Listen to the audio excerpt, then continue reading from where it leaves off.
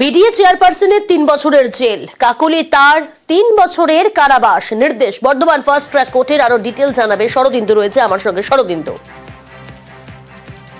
বর্ধমান আদালত 13 জনকে সাজা ঘোষণা করেছিল। 13 জনে, তার মধ্যে ছিলেন বর্ধমান ডেভেলপমেন্ট অথরিটির বিডিএ চেয়ারপারসন কাকলি দাগুপ্ত, এবং আজকে কিছুক্ষণ আগে রায় ঘোষণা হলো এইমাত্র, এবং সেখানেই বিচারক যেটা বলেছেন যে কাকলি গুপ্ত তার 3 বছরের তাকে সাজা দেওয়া হয়েছে, কারাদণ্ডের নির্দেশ দেওয়া হয়েছে, এবং বাকি যে 12 জন তাদের 10 বছর করে কারাদণ্ডের নির্দেশ দেওয়া হয়েছে। 2017 সালের 5ই সেপ্টেম্বর এক তৃণমূল কংগ্রেস কর্মীর বাবাকে মারধর এবং খুনের চেষ্টার অভিযোগ ছিল তাদের বিরুদ্ধে। এরপর গত সোমবার তাদেরকে দোষী সাব্যস্ত করা হয়েছিল। সেই ঘটনা আজকে রায় ঘোষণা হলো, এবং রায় ঘোষণায় এই যে কাকলি গুপ্ত তার শারীরিক অবস্থার কথা বিবেচনা করে, অর্থাৎ তিনি দুরারোগ্য ব্যাধিতে আক্রান্ত এবং হার্টে তার ব্লকেজ রয়েছে এবং বিভিন্ন রোগে তিনি আক্রান্ত, সেসব দিক বিবেচনা করেই তার সাজা 3 বছর করা হয়েছে, কিন্তু বাকিদের সাজা 10 বছর করা হয়েছে। এখন কাকলি দাগুপ্তের আইনজীবী তিনি এই কোর্টেই জামিনের আবেদন করতে পারবেন। বেশ। বীরসিংহে দেদার মাটি চুরি, মেশিন দিয়ে মাটি কেটে দেদার লুট। সকাল থেকে সেই খবর আপনাদের দেখাচ্ছি। বৈধ কাগজ ছাড়াই মাটি পাচার, প্রশাসনিক উদাসীনতার অভিযোগ এলাকাবাসী। আর এই খবর দেখানোর পরই নিউজ 18 বাংলার খবরের জের, খবরের কয়েক ঘন্টার মধ্যেই তৎপরতা। সকালে বীরসিংহে দেদার মাটি চুরির খবরের পরেই এলাকায় ঘাটালের মহকুমা শাসক। প্রশাসনিক তৎপরতা একেবারে সামনে উঠে এলো। সুকান্ত রয়েছে আমার সঙ্গে। সুকান্ত, আমরা দেখলাম নিউজ 18 বাংলার খবরের জেরেই প্রশাসনিক তৎপরতা। কখন গেলেন তারা পরিদর্শনে, কি বলছেন তারা? তোমরা জমি যে কাটছো, বিএলআরকে তো বলবে যে কোন জমিটা কাটছে, এটা জমির কাগজ দিলে সেটা তার হয়ে গেল। কাগজ, একটা কাগজ, এটা কি করে বুঝবে এই জমিটা কার কাগজ? না বিএলআর বললে আমি বুঝতে পারবো এই জমিটা, তুমি কাগজটা দেখাচ্ছ, এই জমিটা কি করে বুঝবে না? এইটা তো একটা নয়ান জুলি, এটা কোনোদিনই কারো জমি দিতে পারে না।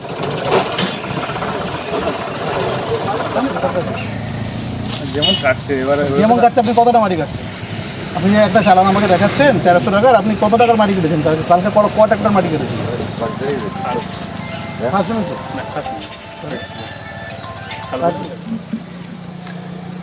আমি কথা বলবো, প্রতিনিধি সুকান্ত রয়েছে আমার সঙ্গে। সুকান্ত, নিউজ 18 বাংলার খবরের যে তারপরে দেখছি প্রশাসনিক তৎপরতা, আজ পরিদর্শনে গেলেন প্রশাসনিক আধিকারিকরা, তারা কি বলছেন? দেখো প্রিয়াঙ্কা, এই খবর আজকেই আমরা সকালে দেখেছিলাম যে ঘাটালের বীরসিংহ এলাকায় দেদার মাটি চুরি হচ্ছে, অর্থাৎ মাটি কারিগরিদের দৌরাত্ম্য বেড়েই চলেছে। এই খবর দেখানোর পরেই কিন্তু প্রশাসনের আধিকারিকরা, অর্থাৎ ঘাটালের মহকুমা শাসক সহ ভূমি দপ্তরের আধিকারিকরা ঘটনাস্থলে পৌঁছে যান, এবং তারা কিন্তু আপাতত 2টি মাটি বোঝাই ট্র্যাক্টর এবং একটি মাটি কাটা জেসিবি মেশিন আটক করেছে। তাদের দাবি যে এই মাটি মাফিয়ারা তারা দীর্ঘদিন ধরে মাটি কারবার করছে এবং তারা কিন্তু সরকারি রেভিনিউ ফাঁকি দিচ্ছে, তার ফলেই তাদের বিরুদ্ধে উপযুক্ত ব্যবস্থা নেওয়ারও আশ্বাস দিয়েছেন প্রশাসনিক আধিকারিকেরা। এক কথায় বলাই যায় যে নিউজ 18 বাংলার খবরের জেরে কিন্তু নড়ে চড়ে বসে প্রশাসন এবং সরকারের যে রাজস্ব ফাঁকি দিয়ে এই অসাধু মাটি ব্যবসায়ীরা তারা ব্যবসা করছিল, তাদের কাছ থেকে মোটা অঙ্কের একটা জরিমানা আদায় করা হবে বলে প্রশাসন সূত্রে খবর। বেশ।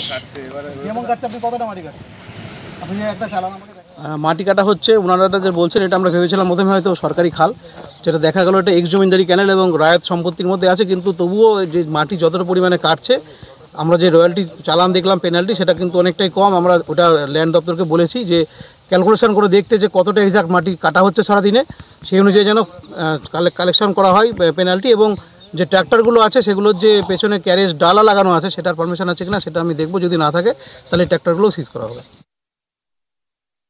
আচ্ছা, এইটা কি পাবলিক প্রপার্টি ওরা যে দাবি করছিল? ওটা আমার রেকর্ড দেখতে হবে, মাপতে হবে, মেজারমেন্ট করতে হবে। কি ব্যবস্থা নেবেন? সিজ করব।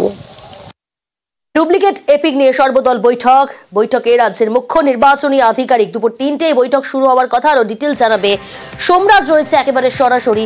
সোমরাজ, দুপুর 3টায় বৈঠক শুরু হওয়ার কথা, এখনো পর্যন্ত বৈঠক সম্পর্কে কি জানা যাচ্ছে? কারণ সর্বদল বৈঠক ডুপ্লিকেট এপিক নিয়ে।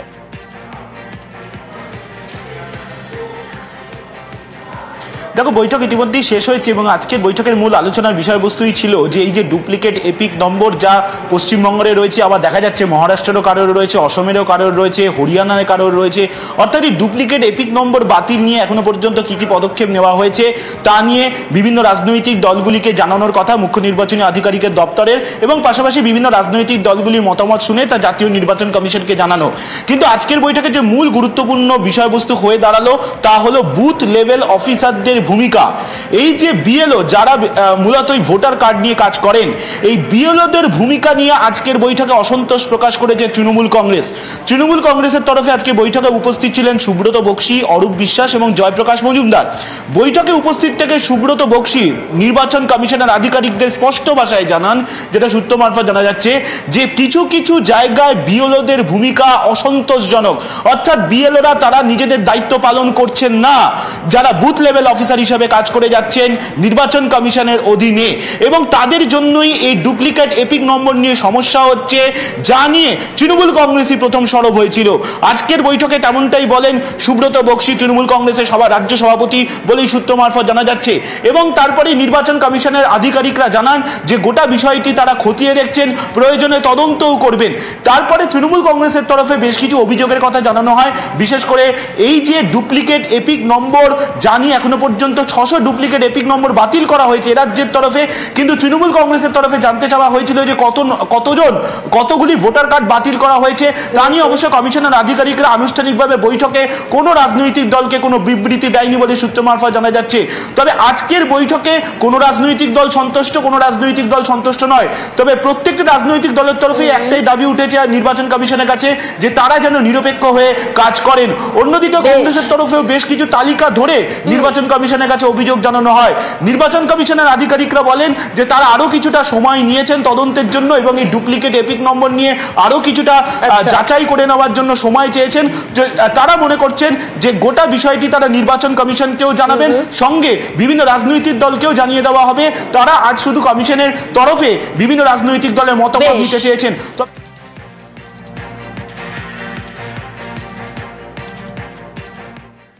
কেষ্টপুরের দিকে নজর রাখা যাক। কেষ্টপুরে ড্রাগ কন্ট্রোলের হানা, কেষ্টপুরে হোলসেলারের গোডাউনে হানা, নামী 3 সংস্থার একাধিক ওষুধ বাজেয়াপ্ত করা হয়েছে ইতিমধ্যেই।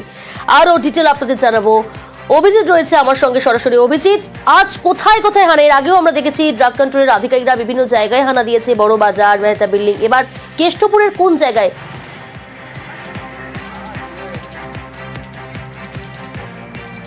প্রিয়াঙ্কা, গত কয়েকদিন ধরেই রাজ্য ড্রাগ কন্ট্রোল রাজ্যের বিভিন্ন প্রান্তে এই জাল ওষুধ ধরার জন্য বা জাল ওষুধ চিহ্নিত করতে রাজ্যের নানা প্রান্তে হানা দিচ্ছে, অভিযান চালাচ্ছে। যার মধ্যে গত মঙ্গলবার রাজ্যের মূল ওষুধের যে পাইকারি বাজার, সেই বড় বাজারের Mehta building, Bagri market, Gandhi market থেকে শুরু করে বিভিন্ন জায়গাতে তারা হানা দেয় এবং সেখান থেকে বেশ কিছু সন্দেহজনক ওষুধ তারা বাজেয়াপ্ত করে। এবং সেখানকার দোকানদারকে জিজ্ঞাসাবাদ করে যেটা জানা যায় যে কিছু ওষুধ তারা এই কেষ্টপুর, মণ্ডলপাড়া, ঘোষপাড়া, মণ্ডলপাড়া এলাকার লাখদাতার ফার্মাসিউটিক্যালস থেকে তারা সেখান থেকে কিনেছিল। মূলত কোন কোন ওষুধ? যে প্যান্টোপ্রাজল গ্রুপের ওষুধ এবং ডক্সিসাইক্লিন গ্রুপের ওষুধ। এবং সেই কারণেই আজকে দুপুরে রাজ্য ড্রাগ কন্ট্রোলের 4 জন আধিকারিক তারা এই লাখদাতার ফার্মাসিউটিক্যালস কেষ্টপুরের এই যে হোলসেলার দোকান, সেখানে তারা হানা দেয় এবং সেখানে তারা দীর্ঘক্ষণ পরীক্ষা করে। কি পরীক্ষা করে না, শিডিউল H2 ড্রাগস, কেন্দ্রীয় সরকার দ্বারা নির্ধারিত যে 300টি যে ওষুধ রয়েছে, বিভিন্ন নামি দামি কোম্পানির যে ওষুধ, এবং যে ওষুধগুলোতে জীবনদায়ী ওষুধ এবং যেগুলো অত্যন্ত সংবেদনশীল ওষুধ, সেই ওষুধগুলোতে শিডিউল H2 ড্রাগস হয় এবং তার মধ্যে যে QR কোড থাকে, সেই QR কোড স্ক্যান করতে হয়। এবং এক্ষেত্রে সেই ওষুধের স্ক্যান করে সঠিক তথ্য পাওয়া যায়নি এবং সেই কারণেই বেশ কিছু ওষুধ তারা আজকে বাজেয়াপ্ত করেছে এবং সেগুলোকে পরীক্ষা করে দেখা হবে।